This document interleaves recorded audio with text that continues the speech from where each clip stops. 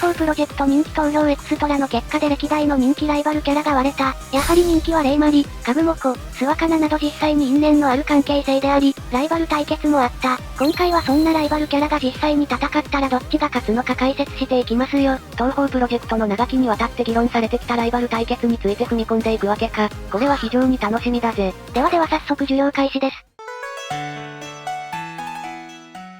それではまずはじめに紹介するのは、白霊レイム vs キリサメマリサ、どっちが勝つのか予想していきますよ。永遠のライバルにして永遠の親友。私たちと視聴者さんみたいな関係ですね。いつの間にそんな関係になったんだよ。レイムとマリサはどちらが強いのか？結論から言うとやはり天才型のレイムだと思われます。今までの異変を振り返ると大体がレイムが解決していることになっていますね。まあ、ストーリー的にレイムにしたとも考えられるっちゃ考えられるんだけどね。例えば、東方神霊病エクストラボスのマミゾウの会話によるとレイムが一つ前の作品である東方精錬戦を解決したことになっています。前回紹介した東方水鳥化で大活躍したマミゾウとの会話でそんなことが語られていたんだ。そして東方精錬戦の6面ボスというと、大魔法使いの聖白蓮。いやもっと魔法使いっぽい登場にしてあげて。聖白蓮は2つ何大魔法がついていることからも魔法のセンスは本物でしょう。なんといってもあの魔界にいたことで超高度な魔法道具の魔人教官を作り上げたりと白蓮は、だけに魔界を見てないぜ。いや用飛ばしちゃってるよ。そんな強力な魔法使いを倒したという設定からもレイムの底力が侮れないですね。妖怪キラーだけじゃなくて最近は巫女なのに神も退治しちゃってるからな。そう、東方強力異分、つまり東方奇形獣の次の作品にて強力同盟の同盟長東鉄ユーマによると、なんとレイムが奇形獣の6面ボスハニヤス神ケーキ様を打ち倒したことになっていますね。ケーキ様って言うと弱そうでしょ。ハニヤス新ケーキは霊長園の人間霊が、動物霊の反抗として起死回生をかけて召喚した神様。精巧な偶像を作り出すことができて、これを駆使してなんと弱肉強食の世界の畜生界4大組織を凌駕するほど強いんだよな。まあゴーストタイプの技しかないものがノーマルタイプに攻撃してくるぐらい相性があまりにも良すぎたというのもありますが、またイザナミの子供みたいなものでもあるので神としての力もあるでしょう。確か動物霊たちが太刀打ちできなかった実体を持つハニは兵団によるものなんだよな。そんな優秀な神様を倒す巫女って一体。ちなみに無敗の同盟長である東鉄ユーマは何でも吸収する程度の能力があるので実体を持つハニは兵団も実は難なく対処できて可能性が高いです。このようにストーリーから見てみるとレイムが強力なボスを打ち倒して異変解決しているようだね。ただ、エクストラの方ではマリサが倒していたということなら話を大きく変わってきますね。マリサは作品ごとに力をつけていて、得意のマスタースパークの弱点を克服していったりと、実力をつけていってるしな。ここまでレイムにかなり評価をしてきましたがマリサもやはり強。同じく東方奇形獣の会話にて、高に勝利後のセリフでは閻魔様が認めて調査の許可を得ていることがわかります。さらにマリサ曰く、性格上嘘か本当かわからないのですが、七男と四季様を倒したと言っているんですよ。貝塚の最終ボスを倒したことになっていたの？幻想郷の閻魔というと四季様だがゆかりも苦手としたり、優香が白黒はっきりつけようとライバル視されていたりと相当な実力の持ち主から認められていることになるよな。ということで、ここからは彼女たちの総合的な強さの方を見ていきましょう。まずはマリサから見ていきますよ。種族は人間にして魔法を使うことができます。なので能力は魔法を使う程度の能力となっているな。人間なので自力で魔力を作れないことから魔法の森という人間としては住みにくすぎる場所で魔力を高めているらしい。メインウェポンは自慢のミニハッケロ。主にマスタースパークを放つために使用するぜ。東方暴月章ではコンロ代わりとしても使われていました。スイムソーテクストによると、スピードとパワーはあるが、体術はあまり得意ではない。移動は速くてもいかんせん技が重い。パワーは魔法をまとうことで必要以上にカバーしている。とのことで、弾幕の火力は山をも破壊するほどの恐ろしい破壊力ですが、そこは少女、体術は苦手な様子ですね。そのため、弾幕アクションではほうきで殴るや突撃といった簡単な体術を使っているぜ。ただし、体力は相当なもので、東方ヨーヨームの異変は1面からエクストラまで継続的に行われたようで、合計時間は30時間以上はぶっ通しで戦ってくれていたんだ。レッドブル飲んできたのでしょう。あとはスターダストレバリエのような大量の星弾も使います。これはかなり弾幕向きでスペルカード対戦ではめちゃくちゃ強いよね。あとは爆弾だったりキノコを生やして攻撃しますよ。原理がわからんが、強力異分のこのキノコを生やす弾幕がめちゃくちゃ強いんだよ。非常にエツな技だと思います。と目の前の変人を消極的にやっつけるには、このように人間らしい弾幕もかなり多用していますよ。さて、ここからは白霊の巫女であるレイムの強さを調べていきましょう。レイムの能力は空を飛ぶ程度の能力。空を飛ぶ程度の能力とは単に浮遊する能力ではなく、何事にも縛られないという無敵能力。重力も重圧も脅しも、レイムに対しては意味がない。この能力の究極形態が無双転生であり、レイムはありとあらゆるものから宙に浮き、外部からの干渉が不可能になり無敵状態となります。このスペルカード能力は制限時間がある弾幕ごっこじゃないと倒せないという無敵に等しい力なんだぜ。簡単に言うと重力を支配する能力と言った方がいいでしょう。かなり応用力もあり、戦闘ではお札を自由自在に操っていますね。そして白霊霊夢のメインウェポンといえば引用弾。どうやらイザナギオブジェクトという物質を交流道で登場したタマーティアが作ってくれました。ヘカーティアの派生キャラみたいになってるよ。メインスペルカードは無双封印。マリサのマスパ同様に種類も豊富でスピード重視だったりホーミング重視だったりしているぜ。基本的には七色に光る弾が敵に向かってくるというもので弾幕ごっこにとっては非常に強い。他にはマリサさんのお尻並みに大きい針を持っていますよ。くたばれセクハラ野郎。ちなみにこの針は相手の揚力などを吸う代物だそうだ。最近は退治される側の小笠が作ってくれているそうだぜ。磁気を使ったことがある人ならわかりますが、武器パワーは相当なもの。また武器としてはどこからかっぱらってきたのかわからない大量のお札もあり、空を飛ぶ能力と合わせてやたらめったらのお札を投げつけてくるのですが、非常に弾幕向きで栄夜賞で泣かされた人は多いでしょう。その他妖怪などが起こした異変の時に発動する缶の鋭さと幸運。ちなみにこの缶に関しては異変じゃないとちゃんと発動しないようだ。他には巫女らしい神下ろしの能力も持っていたりとあんまり努力してないのに多種な戦闘方法を持っていますね。このことからわかるように努力家のマリサ、天才型のレイムという見方になるよな。十分マリサの天才型だと思いますが、レイムがバグってます。こうやって見ると、やっぱりレイムの方が弾幕ごっこ向きな能力と武器を持っている感じがあるね。また体術に関しても少女とは思えないほどのフットワークとパワーを持っていますよ。あと弾幕アクションでは、おそらく境界を操るゆかりから教わったのか、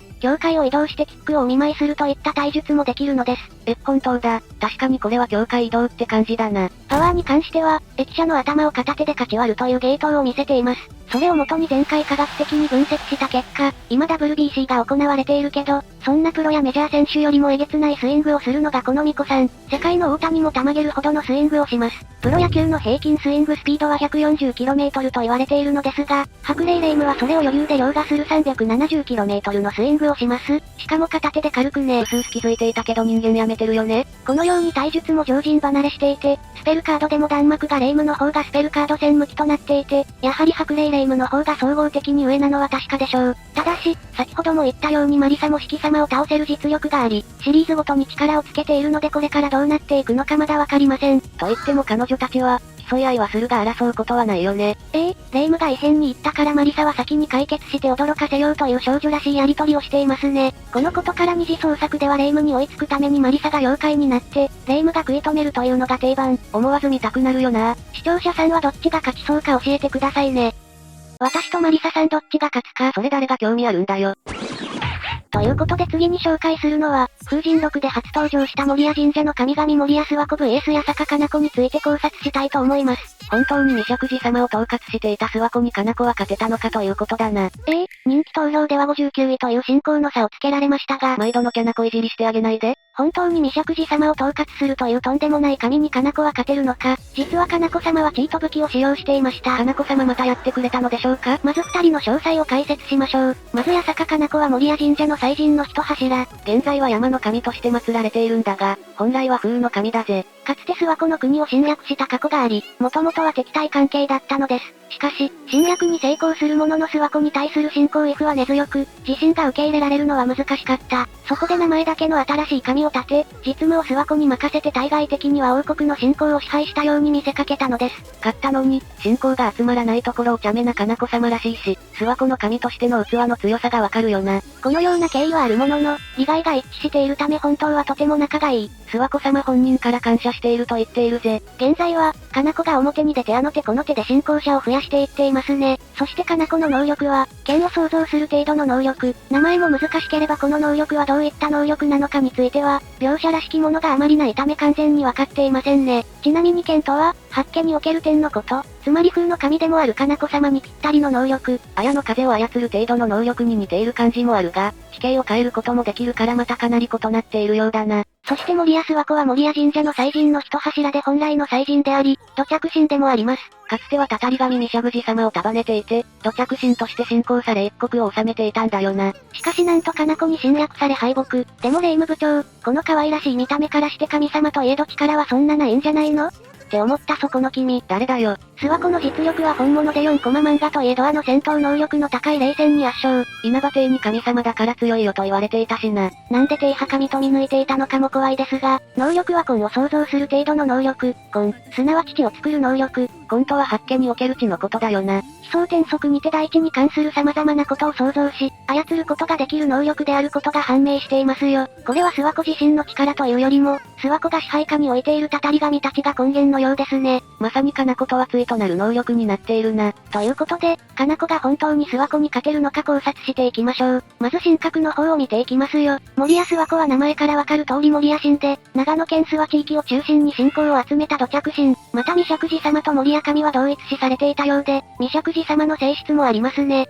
また未釈寺様の長が信仰され神格化したのが、守谷神とされているんだよな。そしてこの未釈寺様はなんと信仰の分布域と重なる縄文時代の遺跡から、未釈寺神のご神体となっているものや頼代とされているものと同じものが出土していることなどから、この信仰が縄文時代から存在していたと考えられているんですよ。縄文時代から祀られているの、諏訪湖様おいくつなんですか？この長い歴史からも諏訪湖の神としての器は計り知れませんね。しかも未釈寺信仰は日本の広域にわたって分布している信仰の一種で、その中の長となるとマジでとんでもない神ってことになるな。こんな可愛らしい神が日本を全域で強い神だったとは面白いですよね。そんなすごい神様に本当にかな子様が勝てるのか？マジでそこだよな。一体かな子はどんな神様なのか教えてくれ。かな子の元ネタは竹見方の神の祭神である八坂刀梅神で奥様なんですよ。そう、うちの視聴者さんが好きな人妻ですね。勝手に視聴者さんの信仰意志を決めつけないで。または辰巳の娘であり穂高県命の妹とする伝承もあるのです。渡巳の名を持つ神は複数登場するため、その実態はよくわかっていなく、謎多き神です。または辰巳は大山積が山の神であることに対する海の神であるという認識が高く、一部には山幸彦海幸彦伝承の豊玉姫の父にあたる渡巳の大神が同神であるともされています。は？それってやばくないか？娘の豊玉姫って豊姫のことだよね？その説が本当なら。かな子と豊姫は実の姉妹ってことになる。そういうことになっちゃうんですよ。それを彷彿とさせる場面が東方暴月賞にもありますよ。フェムとファイバーの組紐か。合格、OK。ゆかり曰く、豊姫の使ったフェムとファイバーの組紐は守谷神社の縄と関係があるらしい。あとこれは若干飛躍してるかもですが、前回紹介した漫画東方水鳥化にて、しっかり者のようでお茶目なかな子様が、みよいちゃんにギャフンと言わされるシーンがあるんですよ。ちょっと待てよ、ギャフンといえば、暴月賞では叩き姉妹が最後にギャフンと言わされた。っていうつながりがあるので、制作者も意識していると思われます。おい、これはミスチー肌もんすぎてやばい。そして極めつけに豊姫には妹がいて、渡月頼姫がいますよね。それでこの姉妹とかな子様を並べてみると、かな子のカラーが渡月姉妹と被ってる。この伏線は天才的すぎて希望のお面だよ。これで謎多き女神のかな子と頼姫、豊姫は姉妹なことから同期ぐらいの神様だとわかります。そして豊姫の元ネタの豊玉姫はイザナギとイザナミの子。イザナギとイザナミは日本を初めて作ったとされているので、縄文時代からいる諏訪湖の方が年上なのがわかりますね。あんな可愛らしい諏訪湖がどれほどヤバい神なのかよくわかったよ。もっと言うと最強と名高いヘカーティアの元ネタのヘカテイはギリシャ神話の登場人物ですが、ギリシャ神話は15世紀頃の話、縄文時代はさらに前の話なので余裕で年上ですね。東方プロジェクト最強キャラはロリ枠の諏訪湖説出た。まあ、もっと年上と思われる人もいますが、そんな日本ができる前に生まれていた諏訪湖をどうやって倒せたのか？元ネタの伝説では守谷神は鉄の輪を、達る魚名方命は藤の枝を持って戦ったようです。鉄の輪達る魚名方命はその意向と神通力で守谷神を屈服させたと言います。鉄の輪は当時最先端であった鉄製の武器だったようですが、かな子が細い植物のつるをかざすと鉄でできている武器はたちまち錆びてしまったのです。まさかのかな子の1000倍特許である風でも水ではなく枝で勝負したと。そう、諏訪湖の武器を無力化にするという若干チート武器で戦って勝ったんですよ。まあ御柱も使ってるので、枝を扱うというのはおかしくはないといえば、おかしくないんですがね。しかし諏訪湖はそれを対処できた可能性が高い。奇想天則では岩石、土、水、植物などを生み出し操作していますね。その他以外にも炎のスペルカードも保持していて、これで藤の枝を焼き払えたのではないかと考えました。確かに極熱の間欠泉、マグマの妖精類といった炎系のスペルカードを持っているよな。しかしそこは水の神でもあるかな子様。火を水で沈めた可能性は高いでしょう。となるとめちゃくちゃ相性が良かったことになりそうだな。そこがやはりでかかった可能性が高いですね。かな子様は自分の属性に合う技を使える分強かったということか。また諏訪湖は鉄系の技が得意ですが、鉄は水がかかると錆びるのでこれも相性がいい。水がかかると鉄の一部が水と結合をするため、そこから錆が徐々に発生して、完全に錆びてしまったものは、ほとんど鉄としての役割を持てないから、諏訪湖からすると相性が悪すぎたというわけだな。だから諏訪湖はかな子に勝てなかったということか。あのキャナコ砲がぶっ刺さったということですよ。砲上の赤い彗星現る。実際相性関係なしだったら諏訪湖が勝てる余地は全然あっただろうね。実は東方外来異変の風神6クロスレビューにてそもそもかな子より諏訪湖の方が強いと言われているんですよ。霊夢が諏訪湖に対してのレビューによると、本当はかな子よりも力が強いらしいけど神社を乗っ取られちゃダメよね、と言っていて、公式的に諏訪湖の方が強い。4コマ漫画と合わせて諏訪湖は公式的にかなり強いキャラだとわかりますね。諏訪湖様公式的にお墨付きをもらってるんだ。まとめると、諏訪湖は日本が生まれる前のとんでもない神様で、神としての力はナンバーワンクラス。しかしかな子は相性が良く、諏訪湖の武器を無力化する武器を使ったことから勝てたということですね。諏訪湖の強さが明確化されて、かな子の勝利の理由が分かってめちゃくちゃ面白かったよ。でも一番はたつき姉妹とかな子の関係の衝撃が強すぎたよ。この姉妹の不遇な扱いの運命を救いたい。さてラストに紹介するのは永遠に死なない殺し合いを繰り広げる、チルノとリグルです。わかるテッドにしては設定が重すぎでしょ。もちろん蓬莱山かぐやと藤原の猛攻です。はじめにこの二人がなぜ睨み合っているのか振り返っていきましょう。まずかぐやは永遠邸に住んでいる元付き人で蓬莱人。私たちがよく知るおとぎ話の竹取物語のかぐや姫本人なんだぜ。本来ならばかぐや姫は月に帰っているんだが、実は地上に残りたいと思い、エイリンと月の使者を全滅させて逃亡するという、実際はなかなかにホラーな話だったんだ。矢心エイリンとは月にいた頃の元教育係であり、地上に落とされた後に彼女が迎えに来てからずっと一緒にいるほどの仲です。うどん家に肩トントンほっぺつんされそうになった時はおっかない顔になるのに、かぐやにいたずらされた時は、若干嬉しそうに注意するというシーンも見られます。あの天才エイリンがそこまで心を許せていることを考えると、かぐやがどれほどの人格者なのかってことがわかるぜ。猛攻に恨まれてると言っても、このように性格は非常におおらかで話し上手。モブ稲葉や稲葉亭、霊仙といったペットたちが率先してかぐやの手伝いをしてくれるぐらい信頼されているんだぜ。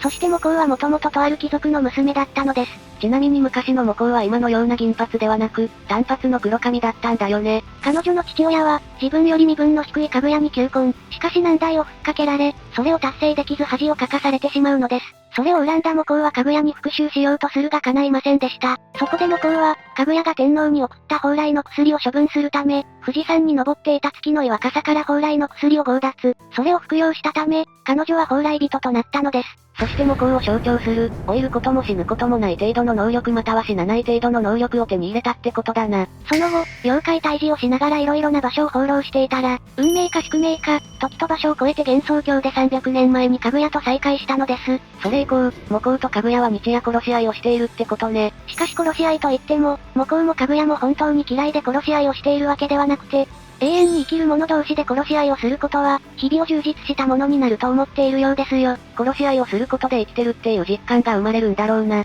そして猛攻の能力は老いることも死ぬこともない程度の能力。魂を起点に好きな場所で新しい肉体の再生再構築リザレクションが行えますね。連呼曰く死の境界がなくなった状態にあるらしい。しかし不死の体であることから、空腹や体の冷えといった環境でも、栄養をとったりまめに体を温めるより、苦痛を我慢した方が自分の性に合うとして苦しい生き方を選んでいます。長い年月の中で妖怪退治を生業としてきたためか、様々な妖術を独自に身につけることができました。得意とする炎を操る能力もその一つだよな。そう、だから先ほど説明した死なない程度の能力と蓬莱の薬の影響でそうなったわけではないんですよ。炎以外にもお札や陰陽系といった妖怪退治に特化したような様々な術を駆使しています。あまりにも妖怪退治の腕が良すぎて集団でやっているのではと疑われるほど、やはり実力は相当なものなんだな。猛攻の場合は不死身なのを利用して自分も焼き尽くされるような火力の術も平気で使ってくることから非常にパワーがあり、大妖怪のマミゾウからは信用されていますね。格ゲー作品ではポケットに手を入れたままでのヤンキーキックや、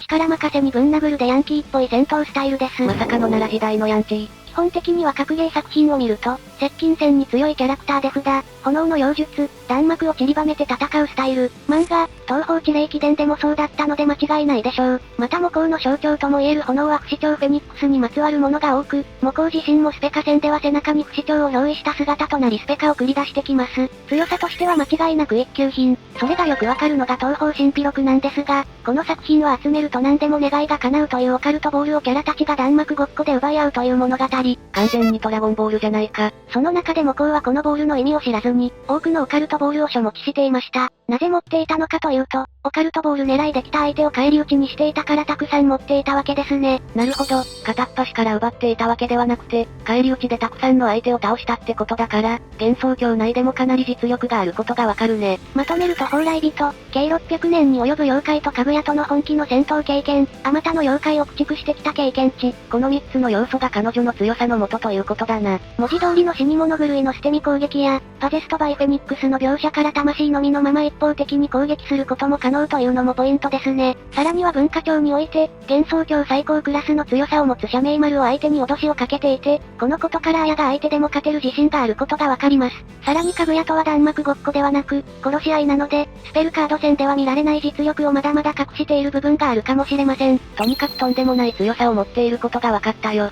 これはさすがにお姫様じゃ勝てないんじゃないかな。それでは次に蓬莱さんかぐやを見ていきましょう。蓬莱さんかぐやは不老不死の元月の民の住人だよね。彼女も蓬莱人で年齢はちょうど9の億単位と言われていますよ。レミリアの500歳が可愛く見えてくるぜ。最初にも言ったように昔は月の都のお姫様で月の使者のリーダーや心エイリンが教育係を務めていたこともあり、戦闘的なことも学んでいるのではと思われますね。しかし何不自由のない月での暮らしに退屈を感じ禁止とされている不老不死になれる蓬莱の薬を飲み、彼女の計画通り地上へ追放されました。これが私たちの知るかぐや姫の物語と繋がっているんだよな。その後は追放期間が終わり、迎えが来たのですが、地上が気に入り月の使者を全滅させてそのまま逃亡します。現在は幻想郷の結界のおかげで、居場所がバレないことを知り、外に出るようになりました。しかし、お姫様なだけあってあまり外に出ることはないのか、ゲームでの登場はあまりないので、戦闘での情報は少ないですね。しかし書籍に関しては表紙を担当することも多くよく出ているよな。まずかぐやの強さがわかる設定としては、月の使者を皆殺しにしたこと、エイリンもいたとはいえ、彼女たちを迎えに行かないといけない月の使者なので、霊夢やゆかりを泣かせた渡月姉妹より若干弱い程度のものか、同じぐらいの強さの月の使者が迎えに来たはず。しかし皆殺しをするほど強いってことか。竹取物語の真実恐ろしすぎた。かぐやの能力は永遠と手榴を操る程度の能力。名前から難しい能力なんだが、公式的に拾ったことがあり、漫画地霊記伝ではかぐや本人曰く、ミステリアスな能力と言っているぜ。まず永遠とは寿命や変化をもたらす汚れを受け付けず変化を拒むようにする魔法であると言います。かけられると、一切の歴史の進行は止まり、生き物は成長を止め、食べ物はいつまでも腐らず、割れ物を落としても割れることはない。かなり難しい能力ではあるんだが、簡単に言うと時間を永遠かと思えるほどの超スローにすることができるってことだよね。そしてもう一つの手榴という能力。手榴とは永遠とは反対にものすごく短い時間のこと。人間が感知できないほどの一瞬で彼女はその一瞬の集合体だけを使って行動することができるとのことです。ただし、どこまで集めても認識できない一瞬であることには変わりないため、手榴の中にいるかぐやを感知することはできないのです。これを利用すると異なった歴史を複数持つことができるのですよ。つまり手榴を操るかぐやは、他人と同じ時間と他人と違う時間を同時に過ごすことができる。能力が実質2つあるし2つともチート以上にチートじゃないか。しかもおまけのように不老不死もあるという、実際本気を出せば勝てるものが見つからない気がするヤバいキャラですね。ちなみに、エイヤ賞でかぐやはエイリンのように上から来る感じではなくて、この手榴の能力を使って瞬間移動のように登場していますよ。また東方部門式でも人間には強力すぎる能力と言われています。ただ能力があまりにも強すぎるためか、かぐやのスペルカードのほとんどは道具を使ったもので、能力を使ったものは少ないのです。ちゃんと弾幕ごっこは遊びだということを理解していて、チート能力はあえて伏せてくれていたのね。そして藤原もこうとどっちが強いのかについては、もう皆さんも薄々気づいているとは思いますが、これは蓬莱さんかぐやでしょう。実質能力は多いし、生きている年数で言うと余裕でかぐやの方が上だろうしな。死んだ数なら向こうの方が多いでしょうが、二人は殺し合う仲ですが、実際やろうと思えば手榴の能力で1秒以下であんなことやこんなことをしたり、ナイフをばらまいたりいろんなことができてしまう。ナイフ破作屋さんの1000倍特許ね。逆に永遠の魔法で永遠に動けない、つまり完全封印することもできるでしょう。竹取物語のかぐや姫がまさかこんな最強キャラだったなんて。一方向こうは強いとはいえ、メイン能力は不老不死、元人間らしくこれといったものはないですね。妖術は不老不死の産物だもんな。確かにスペックで見ると間違いなくかぐやだろうね。